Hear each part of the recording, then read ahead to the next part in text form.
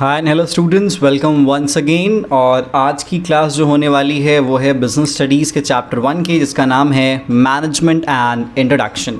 ठीक है, देखिए बेसिकली हम बिजनेस स्टडीज़ की अगर बात करते हैं कम्प्लीटली थ्योरेटिकल अप्रोच है, लेकिन हम जितना इसको प्रैक्टिकल अप्रोच पे लेके जाएंगे उतना हमारे लिए ज़्यादा कन्वीनियंट होगा, उतना हमारे लिए ज़्यादा आसान होगा। क्लियर क्या? चलिए सबसे पहले शुरुआत करते हैं टर्म मैनेजमेंट से। क्या होता है भैया मैनेजमेंट? क्या होता है मैनेजमेंट को समझने से पहले हम यहाँ पे कुछ एग्जाम्पल समझते हैं। एक बेसिक छोटी सी कहानी है जिस कहानी को हम समझने की कोशिश करते हैं और फिर उस कहानी को आगे के वीडियोस में हम रिलेट करेंगे और फिर समझेंगे कि उस कहानी में मैनेजमेंट आपको किस तरीके से दिखता है। देखो भाई, सिंपल सी चीज़ है, अभी शादियों का सीज़न है। ठीक है, तो जब हम शादियों के सीज़न की बात करते हैं तो सपोज दैट यहाँ पे हम दो एग्जाम्पल लेते हैं। एक एग्जाम्पल लेते हैं दो लोग का, ये हैं शर्मा जी और ये हैं वर्मा जी। क्या है भैया? ये हैं शर्मा जी और ये हैं वर्मा जी। अच्छी बात है, कोई दिक्कत नहीं। शर्मा जी की बिटिया और वर्मा जी के बेटे, ये पुराने एकदम दोस्त जिगरी यार। अब ये है कि भाई इनके बच्चे बड़े हो गए हैं, तो शर्मा जी ने सोचा वर्मा जी से जाके कहा कि क्यों भाई वर्मा, चलो इस दोस्ती को कन्वर्ट कर देते हैं रिश्तेदारी में। ठीक है, वर्मा जी ने पूछा कैसे? तो शर्मा जी ने कहा हमारी बिटिया और तुम्हारा बेटा। वर्मा जी को समझ में आ गई, वर्मा जी को भी कोई दिक्कत नहीं थी और शर्मा जी की बेटी और वर्मा जी के बेटे की शादी हो गई तय। ठीक है, लेकिन आज का ज़माना है वो डेस्टिनेशन वेडिंग का है, तो सवाल हुआ कि हम शादी एंजॉय करेंगे या शादी के फंक्शंस को मैनेज करेंगे। तो इसके लिए बीच में एक पर्सन को हायर किया गया। सपोज दैट वो पर्सन आप हो। क्या हो? वो पर्सन आप हो, जिसका आज के टाइम पे नाम होता है वेडिंग प्लानर। क्या नाम है? Wedding planner. तो जो भी इस वीडियो को देख रहा होगा, आप अपने आप को अज्यूम कीजिएगा कि आपने शर्मा जी के बेटे और शर्मा जी की बेटी और वर्मा जी के बेटे की शादी का ठेका लिया है, जिम्मेदारी लिया है। तो आप हो गए भैया जो भी हो वेडिंग प्लानर। कौन है भैया? Wedding planner. ठीक है, तो अब आप पे जिम्मेदारी आई कि भाई शादी को अरेंज करना है, शादी को मैनेज करना है। तो सवाल ये बनता है कि क्या आप अकेले ही पूरा काम करोगे? ऑब्वियस सी बात है सर, अकेले तो पूरा काम नहीं करेंगे ना, क्योंकि वेडिंग प्लानर को अगर एक छोटी सी भी फंक्शन को, वेडिंग को ऑर्गेनाइज़ करना होता है तो उसके लिए उसकी टीम की ज़रूरत होती है। क्या होती है? टीम की ज़रूरत होती है। तो सबसे पहले आप क्या क्या करोगे, क्या प्रोसीजर होगा? तो आप शर्मा जी वर्मा जी के साथ बैठ के मीटिंग करोगे और उनसे पूछो कि बताइए यहाँ पे शादी कब है। ठीक है, तो आप यहाँ पे क्या करोगे?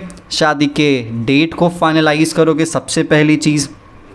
उसके बाद आप पूछोगे कि शादी कहाँ होनी है, आपके घर पे होनी है या फिर किसी स्पेसिफिक लोकेशन पे होनी है। तो चलो भाई, उन्होंने कहा कि नहीं घर पे नहीं हो पाएगी, हमें वेन्यू चाहिए होगा, हमें एक प्रॉपर स्पेसिफिक लोकेशन चाहिए होगा। तो फिर आपको डेट तो पता चल गया, अब वेन्यू की जिम्मेदारी सबसे पहले आपके सर पे आ गई कि हाँ जी शादी होगी कहाँ, क्योंकि जहाँ होगी उसी अकॉर्डिंग सारे के सारे अरेंजमेंट्स किए जाएंगे। ठीक है, अच्छी बात है। अब यहाँ पे बात आती है कुछ मेजर पॉइंटर्स हैं, जिन पॉइंटर्स के अकॉर्डिंग आप अपने सारे के सारे काम को डिसाइड करोगे। तो एक शादी में सबसे मेजर काम क्या होता है? देखो भाई, सबसे पहली चीज़ भैया खाना। ठीक है, वही कहा भी जाता है कि अल्टीमेटली शादी में जाता भी है तो सबसे पहले भाई कहाँ नज़र जाएगा उसका? तो भाई खाना पीना सही होना चाहिए। इट मीन सबसे पहले चीज़ यहाँ पे केटरिंग वाला सेक्शन।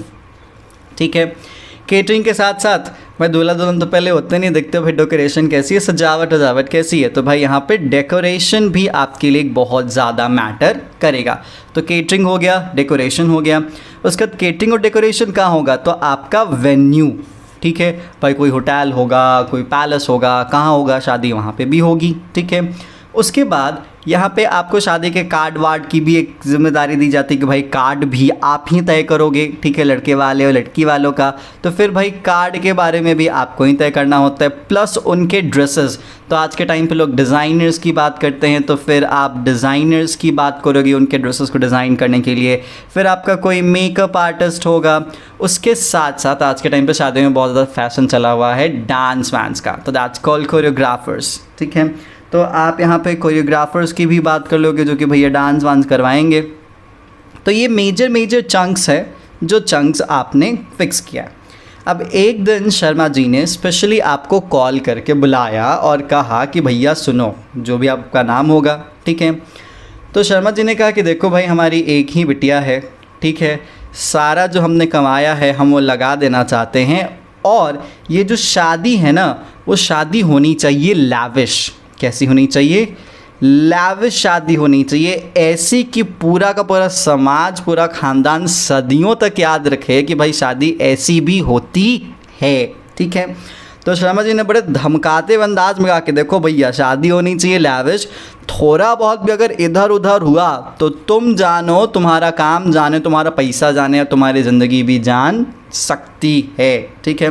तो आपके दिमाग में एक बात तो सेट हो जानी चाहिए कि जो आप शादी को मैनेज करोगे तो वो शादी होनी कैसी चाहिए।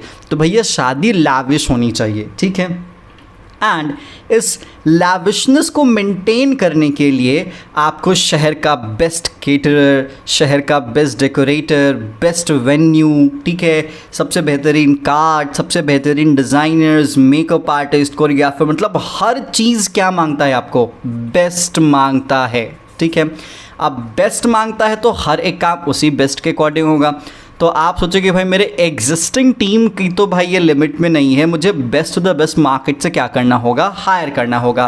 तो आपने बेस्ट केटरर से कांटेक्ट किया, बेस्ट डेकोरेटर से कांटेक्ट किया। अब देखो ये मार्केट नॉर्मल सी है और आमतौर पे मार्केट में राइवलरी और कंपटीशन होता है, ठीक है। तो सपोज दैट आपने जो बेस्ट केटरर को कांटेक्ट किया और बेस्ट डेकोरेटर को कांटेक्ट किया, ये दोनों निकले जानी दुश्मन, ठीक है। मतलब इन दोनों में पटती ही नहीं है, कभी भी कोई भी काम इन्होंने एक साथ नहीं किया। याद रखना, एक साथ कभी इन दोनों ने काम नहीं किया है। या तो एक दूसरे को मारने पीट लगते हैं, शादी वादी बर्बाद कर देते हैं, लेकिन कभी भी काम नहीं करना इन्होंने। अब शर्मा जी का आपको क्या कहा गया, भैया शादी कैसी होनी चाहिए? लैविश। तो आपको best to the best hire करना होगा और ये आपकी जिम्मेदारी है कि आप इन दोनों के बीच में ये कोऑर्डिनेशन का जो सेंस है, मेरे वर्ड्स पे फोकस कीजिएगा, आगे यही सारे के सारे वर्ड्स आपके टॉपिक बनेंगे। तो इन दोनों के बीच में कोऑर्डिनेशन बैठाना आपकी जिम्मेदारी है। शर्मा जी ने कहा भैया बेहतर होनी चाहिए। अब बजट की बात आए तो सपोज दैट ये बजट था आपका 300 करोड़ रुपए, ठीक है। एक नॉर्मल फिल्म आज के टाइम पे इतने बन जाती है और इतने की आपको शादी करनी, तो आप इमेजिन कर सकते हो कि आपके सर पे कितनी बड़ी जिम्मेदारी है, ठीक है। चलिए भाई, अच्छी बात है। मान लो शादी का जो डेट तय हुआ वो सपोज दैट 1 जून। क्या तय हुआ? 1 जून। आपने वेन्यू के सारे ऑप्शंस दिए, वेन्यू डिसाइड हो गया, अच्छी बात है। आपने कार्ड के ऑप्शंस दे दिए, कार्ड वार्ड डिसाइड हो गया, ठीक है। डिज़ाइनर्स को डिज़ाइन मिल गए, डिज़ाइनर्स कपड़े वपड़े पे लगाने लगे, मेकअप आर्टिस्ट फिक्स हो गया, कोरियोग्राफर भाई प्रैक्टिस करवा रहा है, ठीक है। अब केटर और जो डेकोरेटर, उनका तो काम शादी का दिन ही होगा, शादी के दिन ही होगा। तो सपोज दैट जो तारीख की इंतज़ार थी, जिस घड़ी की इंतज़ार थी, वो घड़ी आ गई, ठीक है। अभी बताइए सारा काम 1 ही जून का होगा कि 1 जून से पहले का होगा? बट ऑब्वियसली बात है 1 जून से पहले का होगा। तो आपने डेकोरेशन के केस में और केटरिंग के केस में सब चीज़ फिक्स किया, ठीक है। केटरिंग में सबसे पहली बात फिक्स की गई कि फूफा जी ने बोला कि देखो भाई, शुद्ध देसी घी में ही सारा का सारा सामान बनेगा। घी मतलब घी। अब भाई फूफा जी को कोई नाराज़ कर पाए, ये तो पंगा हो जाना चाहिए। तो फूफा जी ने एक स्टैंडर्ड दे दिया कि भैया जो बनेगा घी में बनेगा, घी में नहीं बनेगा तो समझ जाना भाई क्या होगा, ठीक है। उसके बाद जब डेकोरेशन की बात है तो डेकोरेशन की पूरी जिम्मेदारी मतलब डिसीज़न को लेके किसको दे दी गई? शर्मा जी की बिटिया को। अब शर्मा जी की बिटिया ने कहा कि यहाँ पे बेबी पिंक रोजेज और white lilies along with hibiscus, ठीक है, ये 3 फ्लावर्स में ही सारी की सारी डेकोरेशन होगी। याद रख लीजिएगा, mark my point, baby pink roses, white lily and hibiscus, इन्हीं 3 फूलों को मिला के ही डेकोरेशन होगा। अगर इससे ऊपर नीचे कुछ हो गया तो फिर भैया तुम जानो, तुम्हारा काम जाने को, कि ऑलरेडी शर्मा जी ने आपके लिए टारगेट फिक्स कर दिया है। शादी कैसी होनी चाहिए? लैविश होनी चाहिए, ठीक है। तो चलो भाई ठीक है, 1 जून को तारीख थी। अब सिंपल चीज़ है, ये बताओ पहले केटरर आएगा या पहले डेकोरेटर आएगा? बट ऑब्वियसली बात है केटरर आ जाता है, उसको साइड में जगह दे दिया जाता है, वो खाना पीना बनाते रहता है, अच्छी बात है। तो भैया केटरर आ गया, ठीक है। फिर डेकोरेटर आया, लेकिन डेकोरेटर की जो आपने टाइम फिक्स की थी, जो समय आपने फिक्स किया था, वो था सुबह के 8 बजे, और डेकोरेटर साहब सपोज दैट आते हैं दोपहर के 12 बजे। इमेजिन शाम में शादी है, 8 बजे आना था, 12 बजे आया है, आपका दिमाग तो ऑलरेडी गर्म हो चुका होगा, बट स्टिल भैया बेस्ट ऑफ द बेस्ट है, ये एटीट्यूड में रहते हैं, आपको इनका एटीट्यूड झेलना पड़ेगा, फिक्स हो चुका है, अच्छी बात है। अब सपोज़ दैट आपको ये पता है कि भाई ये दोनों जाने दुश्मन हैं, अगर इन दोनों के मालिक ने एक दूसरे को देखा तो केटरर काम करेगा, तो डेकोरेटर काम करेगा, तो इन दोनों में से कोई नहीं काम करेगा। ये एकदम बेसिक सा फंडा फिक्स हो गया। आपने कोशिश की कि दोनों को सेपरेट करे, सेपरेट जगह पे चलो भैया काम हो रहा है, ठीक है।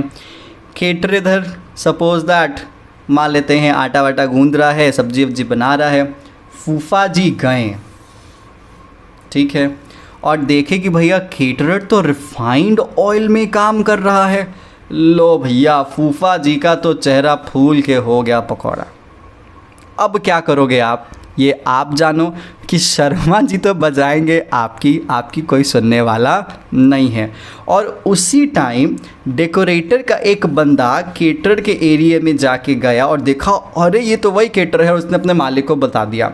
और वहाँ पे जो लड़ाई शुरू हुई, जो जंग शुरू हुई कि भाई आप फूफा जी को संभालो या केटर और डेकोरेटर को संभालो, ये आप जानो, ठीक है। अब देखो भैया फूफा जी को तो आप संभाल नहीं सकते, केटर डेकोरेटर को खूब चिल्लाया कि देखो भैया काम करना करो, तो तुम्हारा पैसा भी काटेंगे, भगा देंगे, मेरा भी काम नहीं हो, तुम्हारा भी काम नहीं हो, क्योंकि शहर की सबसे बड़ी शादी है और हमें खूब कमाना है, तो काम करना है तो करो, नहीं करना तो समझ जाना, ठीक है।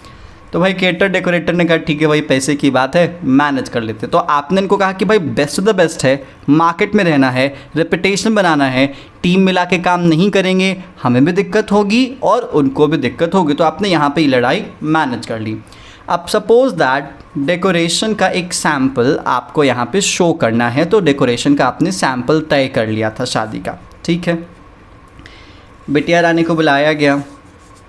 अब बिटिया रानी ने जो तमाशे किए, क्या है ये है वो है वो, तुम्हारा दिमाग ख़राब, क्या है भाई, बेबी पिंक रोजेस है, वाइट लिली है, हिबिस्कस है।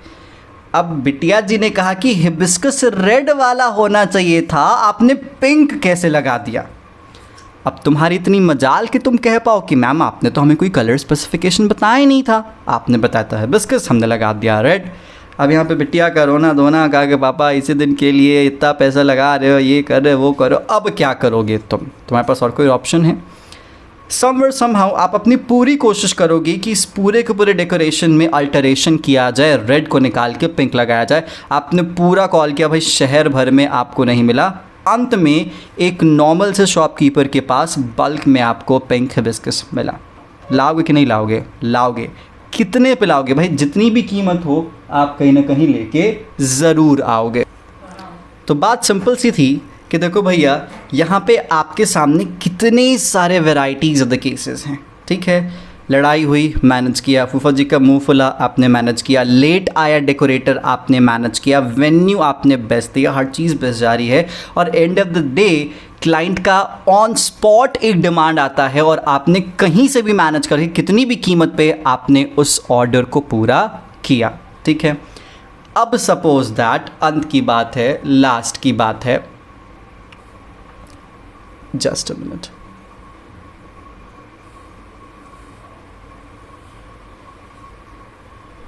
हाँ जी, तो लास्ट की सिंपल सी बात है कि भाई शादी वादी हुई, पिंक हिबिस्कस आ चुका, प्योर घी में पूरियाँ तली गई, डेकोरेटर केटर एकदम मिल के बेहतरीन काम किया, ठीक है।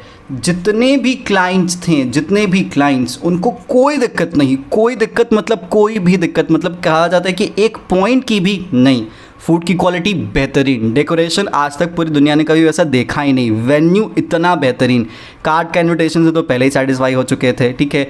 डिज़ाइनर के कपड़े, मेकअप, कोरियोग्राफी, सब चीज़ बेहतरीन थी।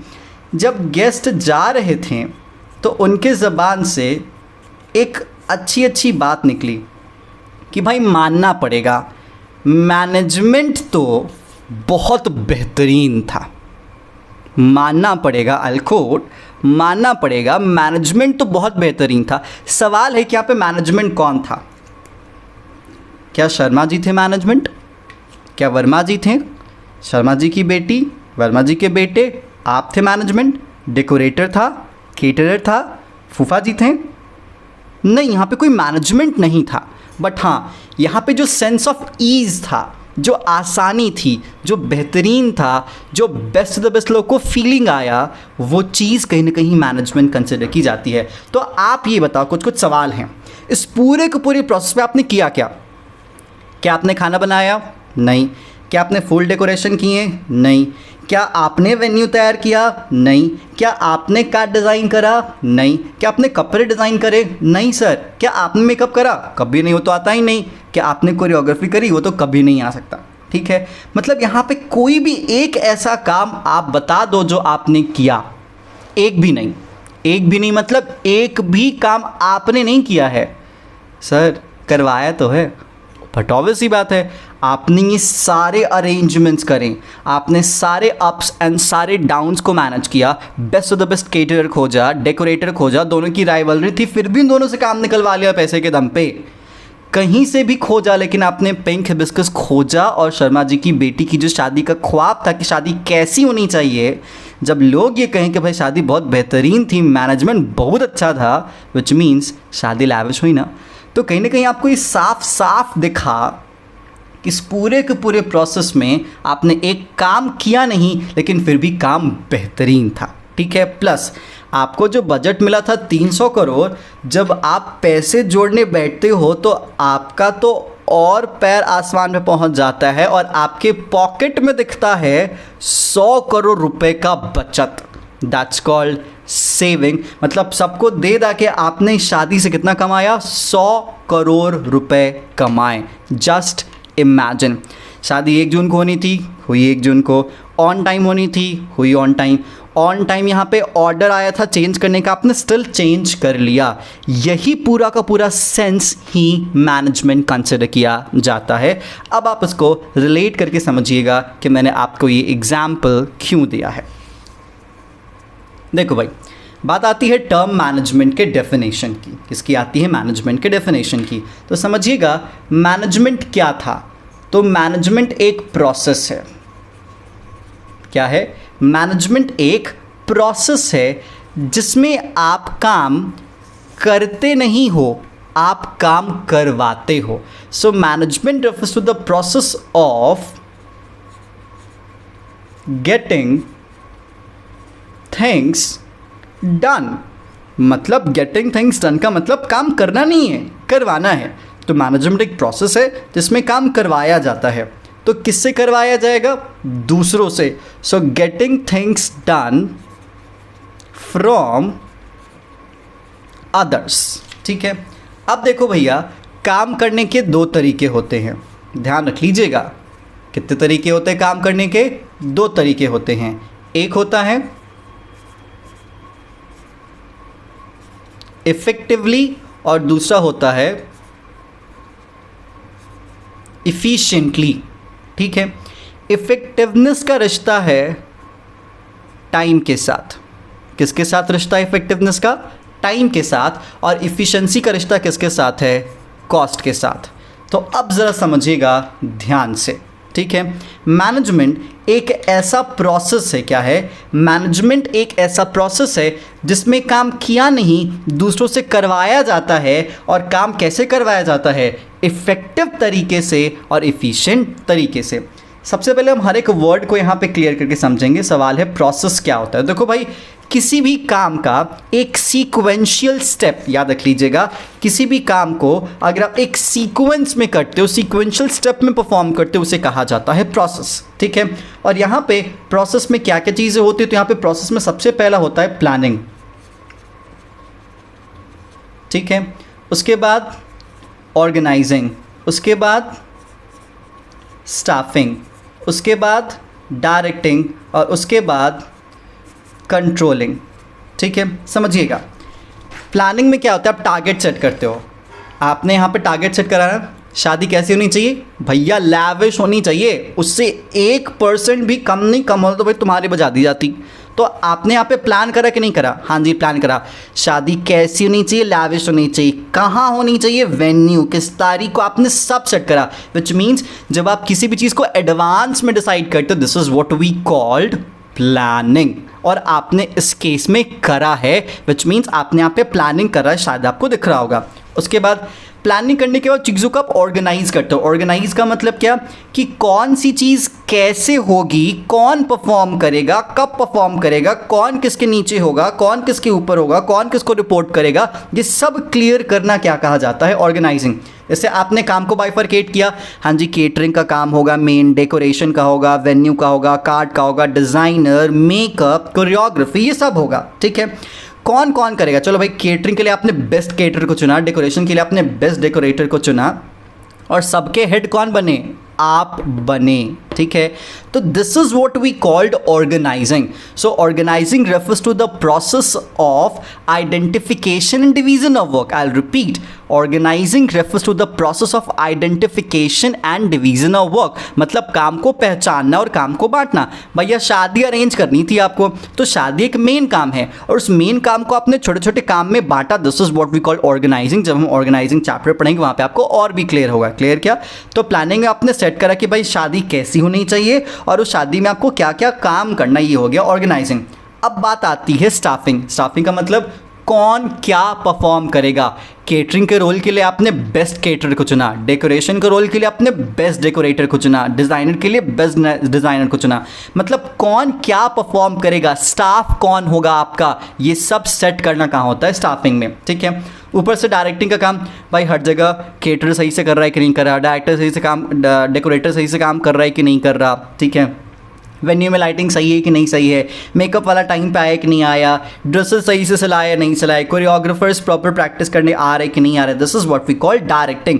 और इनको ये डांटना कि देखो भाई पैसा मिल रहा है, काम करो, नहीं करना है तो भगा देना है। तो ये जो फंडा था आपका केटर और डेकोरेटर का मैनेज करने को, किसके बेसिस में मैनेज हुआ? डायरेक्टिंग के बेसिस में मैनेज हुआ। Because end of the day सबको डायरेक्शन की कौन क्या कैसे कब क्यों करेगा, ये सब कौन कर रहा था? आप। मतलब डायरेक्टिंग भी कौन कर रहा था? आप कर रहे थे। ठीक है, and at last controlling. Controlling का मतलब क्या कि किसी भी एक स्टैंडर्ड के अकॉर्डिंग काम को मैनेज करना क्या होता है? कंट्रोलिंग। जैसे फूफा जी ने कहा कि भैया घी में बनेगा, तो घी क्या बन गया आपके लिए? स्टैंडर्ड बन गया। हर खाना घी में बनेगा, मतलब घी में ही बना, क्योंकि आपको उसके अकॉर्डिंग काम करना था। शर्मा जी ने आपको ओवरऑल टारगेट दिया था, भैया शादी कैसी होनी चाहिए? लैविश। तो उस लैविशनेस के कारण ही तो आपने सभी बेस्ट को क्या करा? हायर करा। इसीलिए कहा जाता है कि किसी सेट टारगेट के अकॉर्डिंग काम को मैनेज करना हर एक वक्त। जैसे मैडम जी को पिंक हिबिस्कस चाहिए था, उन्होंने ऑन स्पॉट बोला, मतलब 2-3 घंटे पहले शादी से। स्टिल आपने अरेंज किया ना? किया। क्यों किया? बिकॉज आपको यहाँ पे अपने टारगेट को, प्लानिंग में जो आपने ऑब्जेक्टिव सेट करा था उसको फिक्स करना था, इसीलिए आपने उसको भी पूरा किया। तो इसीलिए कहा जाता है कि इसमें लगभग आपने सारे के सारे काम परफॉर्म किए। मैंने क्या बताया कि management refers to the process. तो प्रोसेस में कितने process? 5। Planning, organising, staffing, directing, controlling. तो मैनेजमेंट में 5 प्रोसेस होते हैं। उन 5 प्रोसेस को आपने यहाँ पे एग्जीक्यूट किया है, and that concern execution represents the sequential activity, जो कि यहाँ पे आपने बड़े बारीकी से परफॉर्म करा है। तो इसीलिए मैनेजमेंट क्या है? एक प्रोसेस है। और यहाँ पे आपको शायद सारे के सारे प्रोसेस नज़र आ रहे होंगे। ठीक है, तो मैनेजमेंट एक प्रोसेस में आप काम करते नहीं करवाते, और आपको साफ साफ दिख रहा है कि भाई यहाँ पे आपने एक काम नहीं किया। ठीक है सर, वो तो अपना दिल नहीं जानता है कि एक काम किया कि नहीं किया, सारा दौड़ना, भागना, चिल्लाना, चीखना, अल्टीमेटली करवाया हमने ना बच्चा, काम किया नहीं।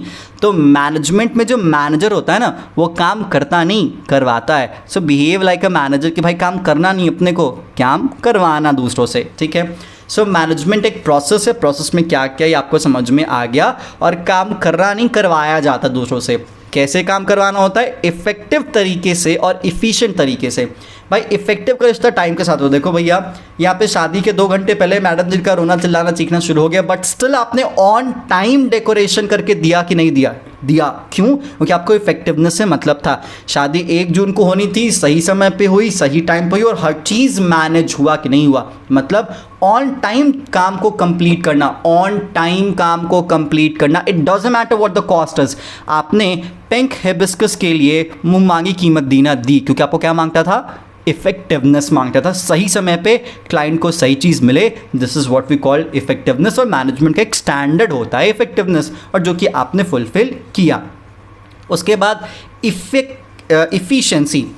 सारी शादी के अंत में जब अपना आप अकाउंट देखते हो तो आपको कितना पैसा बचा मिलता है? 100 करोड़। यही सबसे बड़ी खुशी है, मतलब सही लागत पे काम करवाना। अब आप इसी शादी को 290 करोड़ में करते, कोई सेंस होता क्या? नहीं, क्योंकि जितना बड़ा बजट होगा आपको क्वालिटी उतनी ही देनी पड़ेगी और उतनी ही ज़्यादा आपके पास मार्जिन बनना चाहिए, तभी मज़े वाली बात है। अदरवाइज़ भैया पैसे पे सब कोई काम करता है, सही पैसे पे काम करने का तरीका एक मैनेजर को ही आता है। और इसलिए कहा था कि कोई बेस्ट मैनेजर नहीं बन पाता अपने लाइफ में, ठीक है। तो इसीलिए management refers to the process of, I will repeat, management refers to the process of getting things from others और डन बाय अदर्स और done from others in effective and efficient manner. मतलब effective और efficient manner में दूसरों से काम करवाने का जो पूरा का पूरा प्रोसेस है उसे ही क्या कहा जाता है? तो मैनेजमेंट कहा जाता है। This is what we call the ultimate sense of management. Clear क्या? तो अब आपके सामने जो भी इंट्रोडक्शन एस्पेक्ट पे नोट्स हैं, आप उन नोट्स को कवर कर लीजिए। कोई प्रॉब्लम है ज़रूर पूछिए, and stay tune for the next topic जिसमें हम कवर करेंगे कैरेक्टरिस्टिक्स और फीचर्स ऑफ मैनेजमेंट। तब तक के लिए goodbye and be safe.